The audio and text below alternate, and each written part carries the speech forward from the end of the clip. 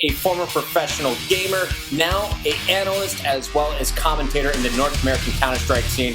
This is Jason Moses O'Toole. How did you make the transition from being a pro player at the very beginning of esports to now working on camera? It was something where I was on a team just a couple of years ago competing, and I think it is a factor of getting older when you start realizing you have a little bit more responsibilities. You can't just play the game for 40, 50 hours a week. And I just made that decision at a certain point when I left the team. I got in touch with some of the leagues, and I was like, still want to be involved in the game, still want to be involved in esports. Can I try broadcasting with you guys as you set up some of these casts? Can I get in that way and at least just have an ability to talk about the game as a hobby? And then it just kind of blew up from there. It wasn't something planned or expected. Just the game got to that level. This has been an ongoing discussion since the very beginning of Counter-Strike, but I have to put you on the hot seat and ask, who is the best player in the game right now? For me, it's Coldzera. He's the Brazilian player from SK.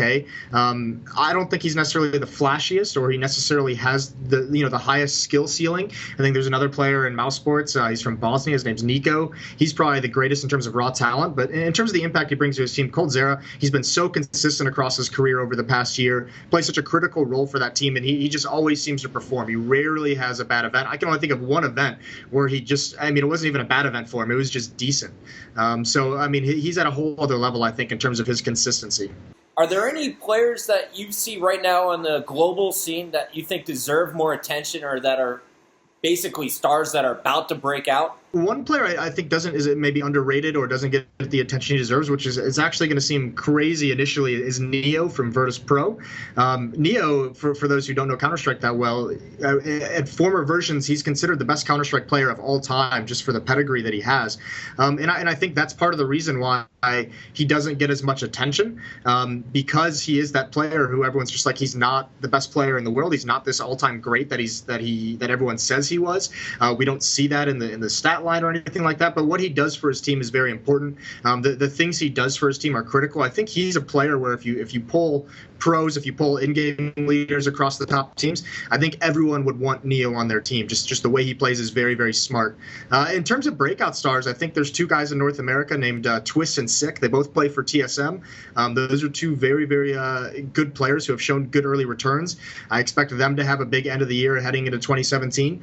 And then there's also, oddly enough, a Swedish player named Twist who's also very good. And he is on Fnatic. He just came over in the Fnatic roster swap, so he's a guy to keep your eyes out for as well. Simple going to Navi. Now, Navi, while they gained Simple, they're about to lose one of their key assets in Starks, who is their in-game leader, but also the coach.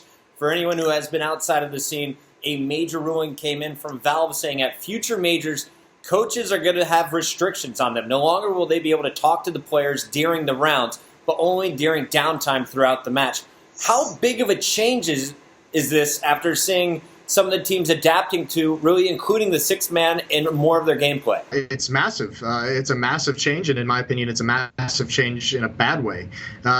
Because this has been going on for a year. I mean, these coaches have been able to do what they want for a year. We've been developing and evolving this role to now where if you have a coach of Stark's level who's widely considered the best coach in the world, if you can rely on your coach to in-game lead, you can add more talent to the actual roster. This wouldn't be an issue if this ruling came down, 8 months to a year ago. But the fact that it's been going so long, we now have teams who have made roster decisions, who have bought out contracts.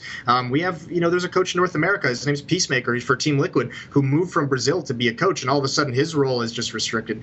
They can still do a lot of work preparing, but just so much is it kind of hinder what they can actually impact the team, and that's a little bit of a bummer. And for a team like Navi, especially that actually when they bring in Simple, they cut the player who had been their in-game leader in the past, because they had Starks. And now that this ruling comes down, that's really going to hamstring them. So it's going to be interesting to see how that works out. But a lot of teams are suffering a very, very similar fate. All right, let's talk a little bit about your past. Back in your player days, what was the most prize money you ever won at a tournament? At a single tournament, the most prize money I won was $3,000, and that was for the team. So that was split 5 ways. So I think I got, $600, $700, something like that, $600? There's that Counter-Strike, Matt. Yeah. Moses, want to thank you so much for your time today, for coming on and talking with me. But I want to give you a chance to shout yourself out. Where can people find your stuff? Well, I do a little bit of series of like just casual vlogs, my ideas on the Counter-Strike community and just Counter-Strike gameplay, which is youtube.com/onfiremoses. And then on Twitter is the big one. That's going to be @onfiremoses as well there. So check me out either of those places.